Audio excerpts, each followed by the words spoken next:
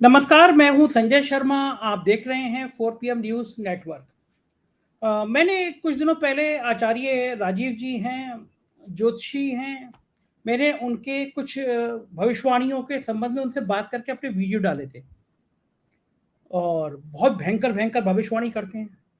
अच्छा, वैसे ज्योतिषी भी नहीं है कि गली मोहल्ले में बैठ गए हों और वो आपको धोखाधड़ी कर रहे हों, बिना पढ़े लिखे हों। राजीव जी बेसिकली इंजीनियर थे, टॉपर स्टूडेंट्स में रहे थे वो। बड़े देश के बड़े प्रतिष्ठित संस्थान से उन्होंने इंजीनियरिंग करी थी।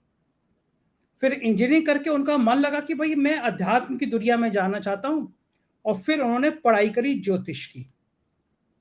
और ज्योतिष की पढ़ाई करने के बाद उन्होंने 10 साल तक पढ़ाई करते रहे, डॉक्टरेट करी और फिर वो ज्योतिष शास्त्र में आए। मेरे कुछ मित्रों ने कहा था, मेरे कुछ श्रोताओं ने कहा था कि भई संजय जी, आप वैज्ञानिक सोच के हैं, आप इस ज्योतिष-व्योतिष की बातों को क्यों बढ़ावा दे रहे हैं? तो देखिए, मेरा मत ये है अपना कि मैं किसी भी अज्ञानता को बढ़ावा नहीं दे रहा हूँ। मैं व्यक्तिगत उन बातों की बात करता हूँ जो मैं खुद अपने जीवन में अपनाता हूँ। आप ज्योतिष को मानते हैं तो बेहतर, नहीं मानते तो भी बेहतर। चूँकि मैं व्यक्तिगत तौर पे ज्योतिष को मानता हूँ। इसलिए मानता हूँ कि मेरी जन्म कुंडली में कुछ-कुछ बातें, आप सोचिए कैसे संभव है कि आदमी 8 साल पहले बैठ के आपके बारे में कोई बात बता दे और हूबहू वो हो, और एक आदमी 6-7 ज्योतिष बता दे। तो मुझे लगा कि ये कोई शास्त्र है, ये कोई गणना है जो होती है। उस गणना के आधार पे जो राजीव जी ने भविष्यवाणियाँ करी वो बहुत चर्चित थी, पॉलिटिकल भविष्यवाणियाँ थी। तो जब मुझे मिले तो मैंने उन पे यकीन नहीं किया। मैंने कहा पहले आप मुझे बताइए कि आगे क्या होने वाला है, ये तो ईश्वर जाने। आपने पिछली पहले की भविष्यवाणी की हो, तो इन्होंने मुझे अपना ट्विटर अकाउंट दिखाया। अब ट्विटर पे ऐसा तो हो नहीं सकता कि आप, मैं आज ट्वीट कर दूँ और 6 महीने बैक डेट डाल दूँ। आज की तारीख में ट्वीट दिखाई देगा। तो इनके कई सारे ट्विटर अकाउंट में, आप भी इनका ट्विटर अकाउंट खोल के देख सकते हैं। कई सारी ऐसी भविष्यवाणी थी जो अप्रत्याशित थी। कहते जिस दिन नोटबंदी हुई थी, मेरे जैसे पत्रकार भी कंफ्यूज हो गए थे। मैंने कहा था कि ये तो बहुत अच्छा फैसला लग रहा है, सब ब्लैक मनी बाद में आ जाएगी। लेकिन नोटबंदी होने के 1 घंटे बाद राजीव जी ने ट्वीट किया था, ये बड़ा नुकसानदायक फैसला होने वाला है मोदी जी का। ये ऐसा फैसला होगा जिसे मोदी जी खुद कह भी नहीं पाएंगे और बहुत नुकसान होगा। और हकीकत में जिस समय हम लोग नोटबंदी के ग्लैमर में थे, उस समय 1 घंटे के अंदर कोई ज्योतिष ऐसी बातें कर रहा हो। कर्नाटक के चुनाव से 6 महीने पहले उन्होंने कह दिया कर्नाटक हार जाएँगे। देवेंद्र फडणवीस की जन्मपत्री को देखकर उन्होंने कह दिया कि फडणवीस साहब फिलहाल बहुत परेशानी में रहेंगे। इस तरह की तमाम चीज़ें ट्विटर पे थी, तो मुझे कोई यकीन सा हुआ। आज उन्होंने प्रियंका गांधी को लेकर एक बड़ा धमाका किया है। प्रियंका गांधी की जन्मपत्री की स्टडी करी उन्होंने और फिर मेरे को बताया कि ये तो बहुत धमाका होने जा रहा है। तो मुझे लगा कि भाई मैं आज फिर आपको राजीव जी के पास लेके चलूँ। प्रियंका गांधी एक, चूँकि एक कांग्रेस की बड़ी नेता हैं और हमने उनको हिमाचल और कर्नाटक में हमने उनको बहुत उनके जादू को देखा है। तो प्रियंका गांधी की जन्म पत्री क्या कह रही है, इसको मैंने सोचा मैं सीधे राजीव जी के पास आपके लेके चलता हूँ। राजीव जी से मैं पॉलिटिकल बात करूँगा, समझूँगा कि प्रियंका गांधी और देश की बाकी राजनीति पे क्या चल रहा है। मेरा फिर अपने दर्शकों से अनुरोध है कि अगर आप ज्योतिष को नहीं मानते हैं, तो मुझे इस बात के लिए माफ़ कर दीजिएगा, क्योंकि मैं ज्योतिष को मानता हूँ, इसलिए मैं ये वीडियो डाल रहा हूँ। आपकी भावनाओं को ठेस पहुँचाना मेरा कोई मतलब नहीं है। आप ठीक है, आप माने या नहीं माने, कुछ लोग ईश्वर को मानते हैं। मेरे घर में मैं ईश्वर को मानता हूँ, मेरा बेटा पूजा-पाठ नहीं करता। ये हर परिवार की, हर व्यक्ति की अपनी-अपनी इच्छाएँ हैं। तो मैं लेके चलता हूँ राजीव जी के पास और सुनते हैं कि प्रियंका गांधी के जीवन में क्या होने जा रहा है। स्वागत है राजीव जी आपका। और आपके तो लोग पूरे देश भर में इतने प्रशंसक होते जा रहे हैं। मेरे पास तो रोज 5-7 लोग फोन करते हैं कि राजीव जी का नंबर दे दो हमें। तो स्वागत है आपका। और मैं आपको याद दिलाना चाहूंगा कि 2 मजेदार बातें थी।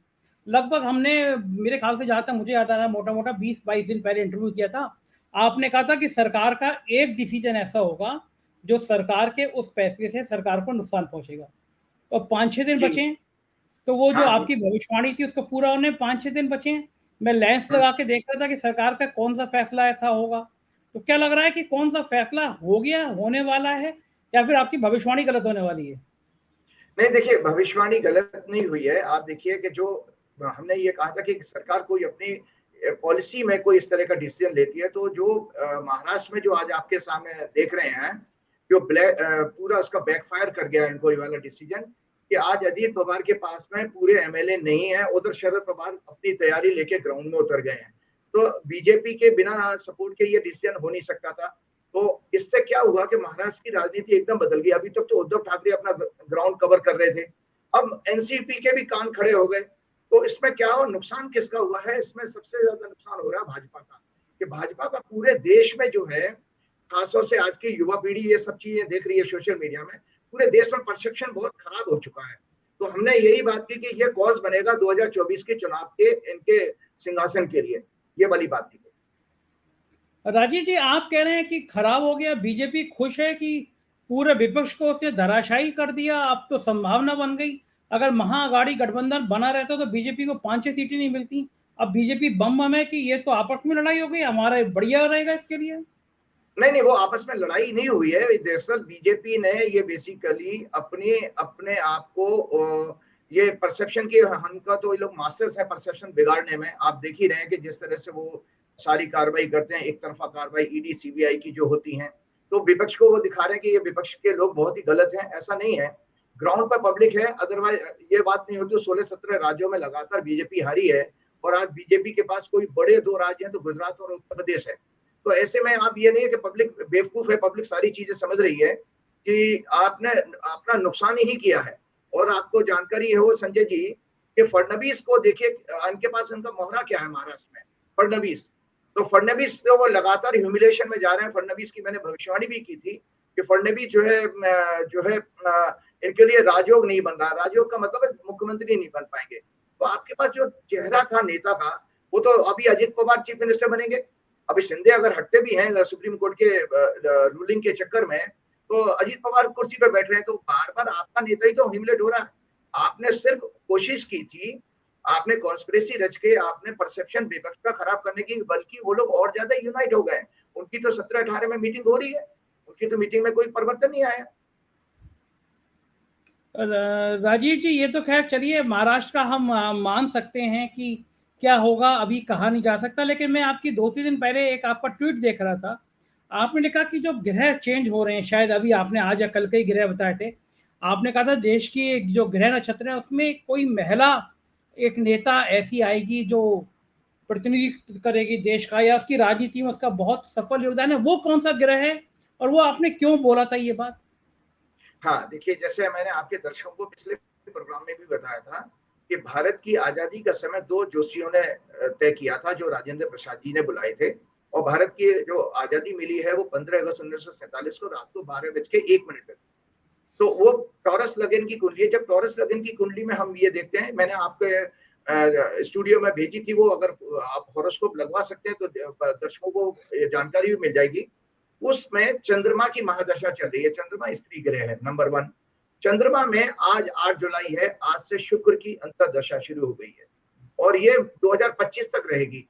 तो ऐसी अवस्था में भारत का जो ग्रहों पर भारत का जो प्रभाव है वो 2 स्त्री ग्रह के कारण आ रहा है। तो स्त्री ग्रह के कारण हम ये देखते हैं कि भाई किसी स्त्री का राजनीतिक उदय हो रहा है, या राजनीतिक उसको सफलता, बड़ी सफलता मिलने वाली है, जो सरकार के लिए परेशानी का कारण बनेगी 2024 में जो सत्ता में बैठे उनके लिए। तो इसका आप इशारा कर रहे हैं कि मायावती की और या ममता बनर्जी की लॉटरी लगने वाली है, महिला ताकतवर नेता का उदय होने वाला है। यानी मायावती खुश हो जाएं या ममता बनर्जी खुश हो जाएं, क्योंकि देश में उनकी वजह से सरकार परेशानी में आने वाली है। आपका इशारा ये है? नहीं, देखिए, ऐसा है, आप मायावती ममता जी की बात कर रहे हैं तो एक और भी महिला नेता हैं जो आप उनको क्यों भूल जाते हैं, वो है प्रियंका गांधी। और आपके दर्शकों को मैं बताना चाहता हूं कि शुक्र जो है ग्लैमर का प्लेनेट है।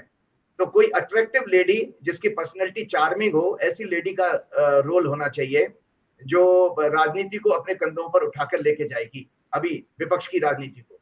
तो ये तो प्रियंका की है, और प्रियंका की लकीली देखिए, मायावती का और ममता बनर्जी का मेरे पास बर्थ डिटेल नहीं है, लेकिन उनके नजदीकी लोगों ने प्रियंका गांधी की बर्थ डिटेल मुझे जरूर दी है। और प्रियंका गांधी का जन्म जो है 12 जनवरी 1972 का जन्म, इसलिए प्रियंका गांधी जी की, और 2 सितंबर से प्रियंका गांधी का जबरदस्त समय शुरू हो रहा है। मैंने आपको पहले ही स्पष्ट कर दिया था कि एक सेकंड, 2 सितंबर जो आने वाली है, यानी ये जुलाई चल रहा है, अगस्त और सितंबर, 2 सितंबर से आपका मानना है कि प्रियंका गांधी का बहुत अच्छा समय आने वाला है? जी बिल्कुल, बहुत अच्छा समय आने वाला है, और थोड़ा बहुत समय नहीं है, 2047 तक का समय। 2047 मतलब आज 23 चल रही है, 24 वर्ष का प्रियंका गांधी का एक जबरदस्त उछाल इस समय आ रहा है ग्रहों के कारण। यानी और प्रियंका गांधी जब मोदी जी की उम्र से भी आगे बढ़ जाएंगी, तब तक उनके ग्रह अच्छे रहेंगे। जी बिल्कुल, तब तक अच्छे रहेंगे। और ये जानकारी आप लोगों को बता देता हूँ, आप लोग खुद जानते हैं कि प्रियंका गांधी की राजनीतिक एंट्री कितने मात्र 2-3 बरस पहले ही हुई है, 3 बरस पहले लगभग। तो उसमें आप हिमाचल के चुनाव को देखिए, हिमाचल के चुनाव में स्टार प्रचारक प्रियंका गांधी थी। राहुल गांधी ने प्रचार किया ही नहीं था वहां पर, राहुल गांधी भारत जोड़ो यात्रा में थे उस समय। और मोदी जी ने अपनी उसी तरह की ताकत जो बंगाल में लगाई थी, जो कर्नाटक में लगाई थी। आपको पता है मोदी जी हिमाचल के प्रभारी भी रहे हैं जब संघ में थे, आरएसएस में जब थे। तो जो है मोदी जी ने घर घर फोन किए, मोदी जी ने ये कहा मैंने आपका नमक खाया है और आप मुझे, आपका वोट मुझे जाएगा। और उसके बाद मोदी जी को इतनी बड़ी हार मिली कि 44 शायद एमएलए थे उनके पिछले विधानसभा में, और 44 से घट के वो 25 में रह गए। तो उसमें किस लेडी का, किस नेता का बड़ा प्रभाव रहा जो बराबर उसमें उसको लाभ मिला ग्रहों के कारण। तो प्रियंका गांधी उसमें विनर हुई थी। दूसरी बात, बैक टू बैक आप आइए कर्नाटक में भी उन्होंने जबरदस्त प्रचार किया। हम हमारे पास दोनों भाई बहनों की ये हॉरोस्कोप है करेक्ट। तो कर्नाटक में प्रचार किया, तो कर्नाटक का लाभ भी उनके उसका मिलना चाहिए, लाभ का उनको फायदा। तीसरी बात, उसके बाद जब कर्नाटक का प्रचार खत्म होता है तो तेलंगाना में वो रैली करती हैं, जो जबरदस्त उसमें बम्पर उसकी रोड शो हुआ था उनका। फिर बाद में मध्य प्रदेश में जब वो जाती हैं तो जबलपुर में मध्य प्रदेश में भीड़। तो मैं आपके दर्शकों को बताना चाहता हूं कि जब आपके अच्छे ग्रह आते हैं तो उसके लगातार आपको ये सीक्वेंस में सक्सेस मिलती चली जाती है, दिखती है, आपको जमीन पे दिखाई देगी। राजीव जी, आपने अच्छा तो वो कहते हैं ना, अच्छा गुड़ुप गुड़ुप कड़वा कड़वा थू थू, आपने सारी स्टार परफॉर्मेंस तो गिना दी, लेकिन वही प्रियंका गांधी थी, उत्तर प्रदेश में इतनी ताकत से आई थी। उनका अपना जनपद, उनके माता जी, उनके दादी जी, उनके भाई, सबने काम किया। उस उत्तर प्रदेश में स्टार प्रचारक होके आई, जबरदस्त कैंपेनिंग करी। कैंपेनिंग देख कर लग रहा था प्रियंका गांधी का बहुत ग्लैमर है, लोग बड़े आएंगे। और उत्तर प्रदेश में सबसे शर्मनाक हार कांग्रेस की हुई। तो ये भी, वो भी तो प्रियंका गांधी थी। अगर वहां अच्छे कर नहीं रही थी, लेकिन यहाँ देखिए, तो हाँ, यहाँ जो गड़बड़ हो गया नहीं था। नहीं, वो यहाँ पर इसमें हम लोगों को, दर्शकों को, ये दर्शक जानते हैं जो लोग ज्योतिष को समझते हैं, आपकी जो ग्रहों का काल है वो दशा से देखा जाता है कि किस ग्रह के प्रभाव में आप है, तो हमारी सफलता असफलता उसी से जुड़ी हुई है। आप इसी में नरेंद्र मोदी जी को भी देखिए, तो नरेंद्र मोदी जी 1900 अपने 52 साल की उम्र के बाद नरेंद्र मोदी जी को ये वर्टिकल राइज मिला राजनीति में। उससे पहले नरेंद्र मोदी जी वही नरेंद्र मोदी थे, तो उन्हें उससे पहले क्यों नहीं मिला उनको। भाजपा 10 साल अगर सत्ता से बाहर रही, यूपीए की गवर्नमेंट नहीं थी, लेकिन 2014 के चुनाव से भाजपा क्यों आई, क्योंकि मैं भाजपा में मैं भाजपा के दफ्तर में 2013 में मैं प्रिडिक्ट कर चुका था कि इनकी सूर्य, उनका कुंडली में सूर्य 10वें घर में बैठा है, तो भाजपा को सत्ता मिलने वाली है 2014 में, और भाजपा को सत्ता मिली। तो ये सब ग्रहों का प्रभाव है, किस दशा में हम जी रहे हैं, तो हमारी वही व्यक्तित्व में सफलता असफलता वहां से दिखाई देती है। तो प्रियंका गांधी का 2 सितंबर से समय बहुत अच्छा शुरू हो रहा है, और आने वाले 2024 में तो मैं भी हैं, आप भी हैं, सारा देश देखेगा कि उनके जीवन में कितना जबरदस्त परिवर्तन आता है। अच्छा, ये आपने आज बहुत चौंकाने वाली, फिर आप जो है ना, हर इंटरव्यू में एक धमाका छोड़ जाते हैं, और उसके बाद जी में 8 दिन तक उसी का होता है। पिछले इंटरव्यू में आपने कहा होगा, वो मेरे ख्याल से 6-7 लाख लोगों व्यू आए उस पर, भयंकर इंटरव्यू देखा लोगों ने।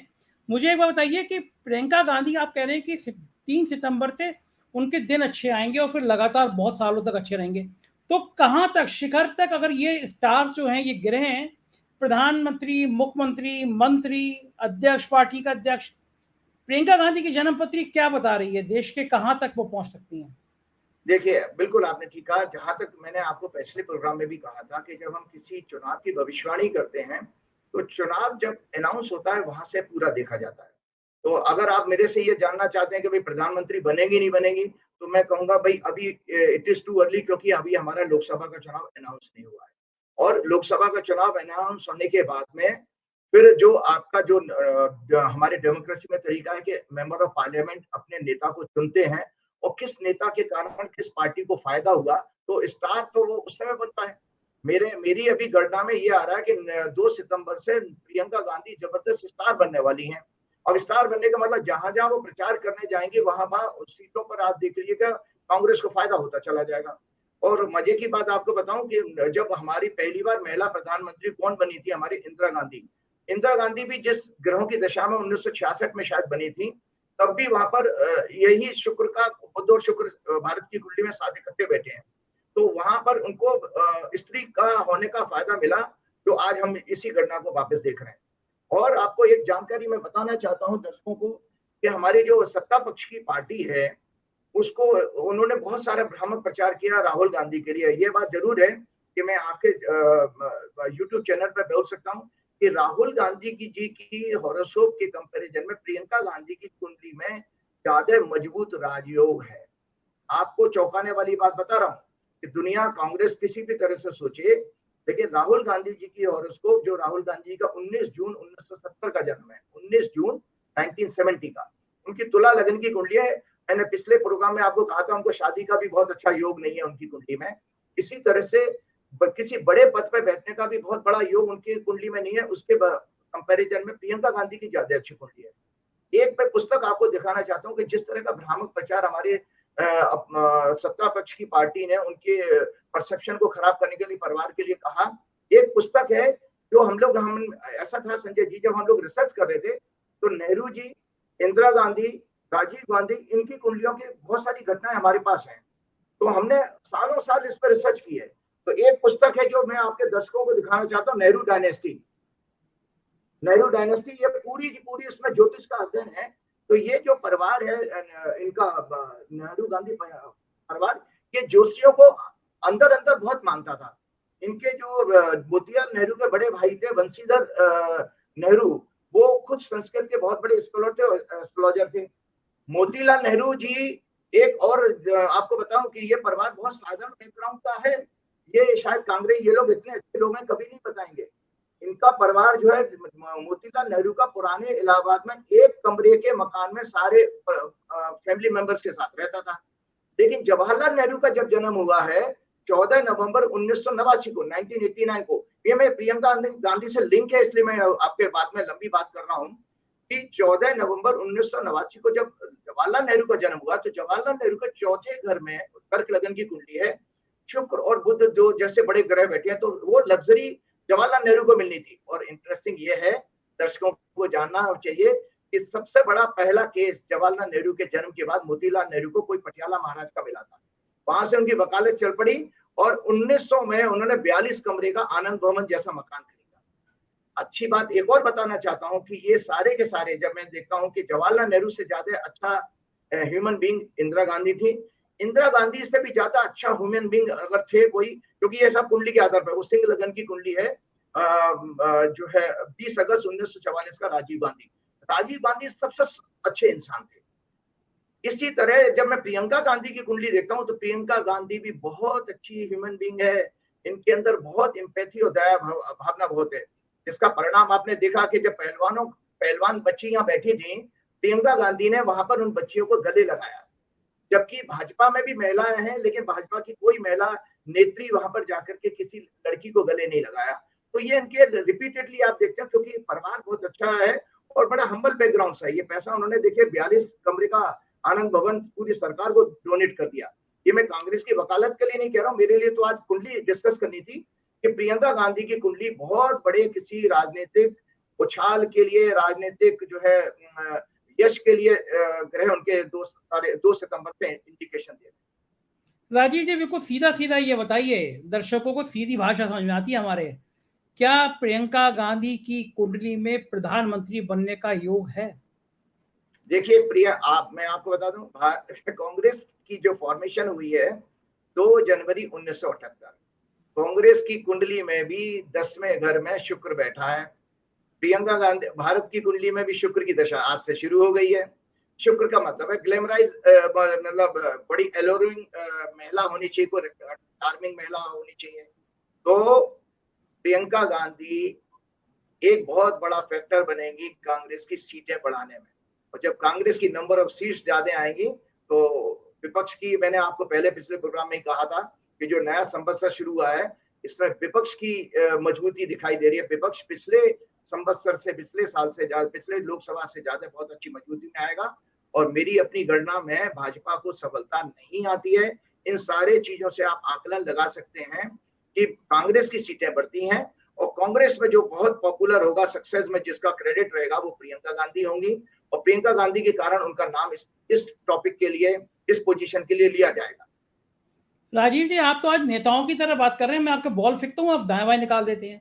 मैं तो एक अच्छे से इंजीनियर क्वालिफाइड ज्योतिषी से ये पूछना चाहता हूँ, एक लाइन का जवाब, हाँ या ना में।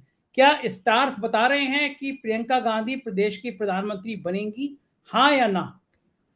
देखिए, मैंने कहा इट इज टू अर्ली, क्योंकि जब लोकसभा का चुनाव तो अनाउंस होने दीजिए, उस समय भी तो ग्रहों का प्रभाव आता है कि जब जैसे ही इलेक्शन कमीशन लोकसभा का चुनाव अनाउंस करेगा, मैं आपको उस समय एक इंटरव्यू करके बता दूंगा, हाँ ये हो जाएगा। लेकिन आप मान के चलिए प्रियंका गांधी सबसे बड़ी नेता के रूप में उभरेंगी विपक्ष की, सबसे बड़े नेता के रूप में। मुझे ये बता दीजिए कि संभावना कितनी, 50% से ज्यादा प्रधानमंत्री की, 50% से कम? स्टार्स भी होते हैं ना, कितना मैं परसेंट? 60% से ज्यादा। हाँ, तो मतलब संभावना राहुल गांधी के मुकाबले आप कह रहे हैं कि प्रियंका गांधी की संभावना 60%, यानी प्रियंका गांधी आपके हिसाब से देश की प्रधानमंत्री बन सकती हैं। एक बहुत बड़ी बात कह रहे हैं आप। और बाकी कह रहे हैं फाइनल 40% तब होगा जब चुनाव अनाउंस हो जाएंगे। जी जी, बिल्कुल बिल्कुल बिल्कुल। आपने और राजीव एक जी दर्शकों को एक और बात बताना चाह रहा हूँ। देखिए, ऐसा होता है कि आप जानते हैं कि हमारे जो जिनको आप साहिब कहते हैं, ये इनको ये स्त्रियों के आगे कभी जीते नहीं है। साहिब जो आपके हैं वो लगातार 2 चुनाव बंगाल में हारे तो वो महिला हैं, जयललिता से हारे, तो इनके पास इनको या तो भाई इनके लिए कुछ ऐसा ग्रहों का योग रहा होगा, किसी स्त्री का श्राप लगा है, क्योंकि पत्नी तो इनकी है लेकिन पत्नी के साथ रही नहीं, पत्नी ने कोई इनको डिवोर्स भी नहीं दिया है और वो बकायदा वो विवाहित महिला के रूप में ही जानी जाती है अपने सर्किल में। तो किसी स्त्री का श्राप तो है इनको, जिसके कारण ये स्त्री से जीत नहीं सकते। तो स्त्री से नहीं, अभी अभी तक जीत नहीं पाए हैं। तो कोई स्त्री का, और भारत की कुंडली में भी स्त्री का योग बन रहा है, दोनों ग्रहों राजीव का योग, स्त्री का योग। राजीव जी, एक बात बड़ा लोग कहते हैं, मैं निजी निजी बातों में किसी नेता की मैं कमेंट करता नहीं हूं, लेकिन एक बात बहुत लोग कहते हैं कि जब से माननीय प्रधानमंत्री जी की माता जी का देहांत हुआ है, तब से प्रधानमंत्री जी के कुछ स्टार्स कमजोर हुए हैं, या जो परिस्थितियां बन रही हैं उनके माता जी के देहांत के बाद, वो उनको परेशानी पैदा करने वाली हैं। क्या ऐसा भी होता है ज्योतिष में कि अगर मेरी माँ ने बिल्कुल बिल्कुल बिल्कुल होता है, ऐसा होता है ना कि हमारी हॉरोस्कोप में ये हमारे अपने जीवन में भी अगर मान लीजिए ये माना जाता है कि किसी का हमने दिल दुखाया है या कुछ हुआ है, तो वो हमको कर्मास, हमारा हिंदू धर्म ही है जो कर्मास की थ्योरी पर बेस्ड है कि अगर हमने किसी का दिल दुखाया तो वो वापस एक्शन का इक्वल एंड अपोजिट रिएक्शन जरूर होता है। तो इसमें इनकी मुझे बहुत अच्छी खासी जानकारी है, क्योंकि बहुत नजदीकी लोगों ने बताया कि इनकी माताजी ने जीवित रहते हुए कई बार प्रयास किया कि वह जशोदा बहन से तलाक हो जाए, लेकिन हुआ नहीं, उन्होंने मना कर दिया था। तो वो विवाहित रहकर की अपनी इस दुनिया से जाना चाहती हैं। तो अब और साथ में रही नहीं है, तो कहीं ना कहीं एक मानसिक रूप से कहीं उनको एक कष्ट रहता है। वो माताजी के रहते हुए वो वो उनका जो है इस तरह का दुख जो है शायद हावी नहीं हो पाया माताजी के जाते ही। अब नरेंद्र मोदी जी की जिंदगी में कोई स्त्री नहीं है, अभी माताजी भी तो एक स्त्री थी, तो वो शायद इसलिए लोगों ने कोइंसिडेंस है ये माना हो कि भाई उनके माताजी के कारण ये जो है हमारा उनका प्रभाव कम हो रहा है। लेकिन साथ में हम ये भूल जाते हैं कि कांग्रेस की अपनी कुंडली मजबूत हुई है, जो हमने पिछले वर्ष भी कहा था और इस वर्ष भी कहा है। साथ में अब जो कैटलिस्ट का काम करता है, कैटलिस्ट वो होता है किसी रिएक्शन को फास्ट कर देता है। तो आप हिमाचल के चुनाव से देखिए कि प्रियंका का रोल जो बढ़ रहा है और कांग्रेस सीटें भी बढ़ा रही है और राज्य के राज्य आ रहे हैं उसके साथ में, उनके पास जो पब्लिक सपोर्ट मिल रहा है। और हमारे जो पौराणिक काल में आप चले जाइए, तो पौराणिक काल में भी आपको अगर जानकारी हो कि जो त्रेता युग में रामायण में जितना भी रावण का वंश का जब नाश हुआ था, किसके कारण हुआ था? स्त्री के कारण। सीता जी को उठाया उन्होंने। और उसके बाद द्वापर युग में भी आई है कि कंस का भी जो सर्वनाश हुआ था, तो वहां पहले तो देवकी थी, वो भी स्त्री थी। उसके बाद जब महाभारत का युद्ध हुआ, वहां पे भी द्रौपदी के साथ हुआ। तो कालांतर में यह होता है कि जब जब स्त्री के ऊपर अत्याचार बढ़ता है, तो वहां पर उस शासक के लिए और उस आताताई के लिए, उस अहंकारी के लिए कष्ट का समय होता है। अब इस समय जो आप देख रहे हैं देश में हालत है कि बच्चियों के साथ जो हो रहा है, हमने जेएनयू में भी देखा था कि जेएनयू में गर्ल्स हॉस्टल में घुसकर पुलिस ने लाठीबाजी की। ये देखिए, मैं किसी राजनीतिक द्वेष से नहीं बात कर रहा हूँ, मैं इसलिए कह रहा हूँ कि देखिए हम लोग दया करुणा वाले देश के लोग हैं, धर्म से संबंधित हमारा भारत का और भावुक देश है। तो उस केस में जब स्त्रियों के ऊपर लगातार हो रहा है और सरकार की तरफ से कोई भी नहीं बोलता है, आपको तो कहना कहीं ये न आपका कहना ये शुक्र जो है वो महिला प्रधान ग्रह है और इस समय अगर महिलाओं पे अत्याचार होगा तो नुकसान होगा। आपका जी, मोटा-मोटा बिल्कुल। पर लेकिन बिल्कुल, बताइए बिल्कुल। ब आप ये बताइए कि आपने मेरी जन्मपत्री देखी थी, मेरी भी शुक्र की महादशा चल रही है। तो मैं तो इतनी मेहनत कर रहा हूँ, आँखों में दवा डाल-डाल के वीडियो बोलने पड़ते हैं, मेरे को दिन भर इतना थक जाता हूँ।